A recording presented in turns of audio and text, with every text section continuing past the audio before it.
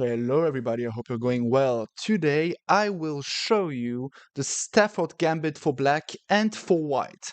Why? Because openings is probably playable. At the highest level we usually see that by grandmasters during blitz chess games. But what I will show you today is actually how to play that line with the white pieces and with the black pieces. Because it is very important to know that line with the black pieces. So first of all, the Stafford Gambit starts like that. It is a picture of defense, and after knight takes e5, we do not go for the regular d6 move, which leads to some very theoretical lines, but we go for knight c6, which looks dubious because the engine always says it is dubious, but it isn't important right now. What matters the most is the position that we will reach. Of course, if knight f3, for example, then we can just go knight e4, and that's all right. But the Stafford Gambit accepted is actually when we take on c6 and pawn takes c6. The reason why it is super active is because we are reaching the same type of position as in the Caro-Kann defense.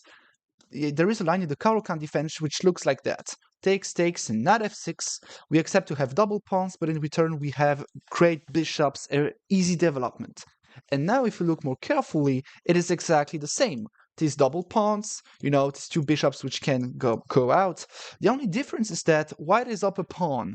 And it might be a good way to play because the black's plan will be bishop d6, h5, knight g4, queen h4, and checkmate. For example, let's talk about c3, bishop c5. Okay, let's say bishop e2, knight g4. Already a problem on the g4 square. Bishop g4, queen h4. Counterattacking, g3, queen g4, takes, castles, and like h5, and the attack continues. And this is a very double-edged position, even though we do not have the queens on the board anymore. But let's say, let me show you another example that exists. Let's say bishop e3, that exists a lot. It is to stop the attack over there. Then the best way to play for black is actually takes back, and for example knight g4. The idea is just to attack the e3 pawn. So we have to defend the pawn with queen f3, but then queen g5, and we can start to feel that the problems start to happen. For example, if queen f4, queen b5, and it isn't that clear how to actually defend with the white pieces. Because if we start to play b5, queen c5 can at some point be a problem. Again, weaknesses everywhere. So that is why one of the best moves is actually after queen g5 to go for king d2, but then after knight h2, it is actually very difficult to defend this position for white, because if rook h2, there is queen e5 attacking on b2 and attacking on h2. So notice how aggressive it is for the black pieces. It is one of the variation. For example, let's say we go for the easy-looking move, knight c3, bishop c5, for example, bishop e2, h5. If we try to castle, the problem is that there is already, knight g4, and some problems start to happen. If h3, actually, we do not have to move the knight away with the black pieces. We can go for, boom, queen d4. And queen d4 is threatening knight takes f2. If we go queen e1, there is queen e5, threatening checkmate. If g3, there is queen takes g3 because of the pin. Yeah, let's go back. Let's say we take the knight, then h takes g4. There is no way out to stop queen h2 checkmate. If g3 again, there is queen takes g3, and the game is over. Or if you want to be a psychopath, you can also go queen h5, and this is also over. But queen g3 is made in one move. So if this position is already so difficult to go for with the white pieces, it means that there must be something that is wrong directly in the opening, because it's not possible that white is losing immediately.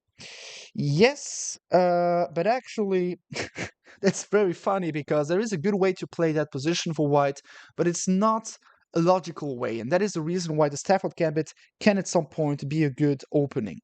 So of course with the white pieces, because now we just saw how to play with the black pieces, we have to accept this gambit, because otherwise it doesn't make any sense. Then we have to go for an easy way out. We have to go for pawn d3, let's say, for example, bishop c5, we want to stop knight g4. So that is why the best move is actually h3. We are stopping knight g4.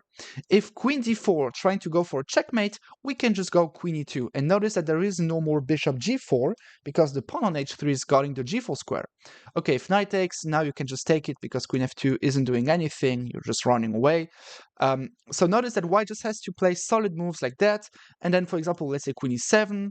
We can just go knight c3. Let's say bishop e6. We can go again bishop. I would recommend you queen f3. Long castles isn't the problem. Bishop e3. It is a very difficult position for both colors, but this is a good way to play that position for white. White is, if we look at everything, almost winning in theory, but in practice, the king is still in the middle. The rooks from black side are pretty active in the center, so that is not an easy position. Of course, I would recommend you to go for the Stafford Gambit during your classical chess games, but for bullet chess or blitz chess, it is a very, very usable weapon. If you have any more questions about any more openings, just write it down in the comment section. I'd be more than happy to answer your questions. Subscribe to the channel if you want to know more about dynamic play and how to attack a king. Let's go, just subscribe to the channel.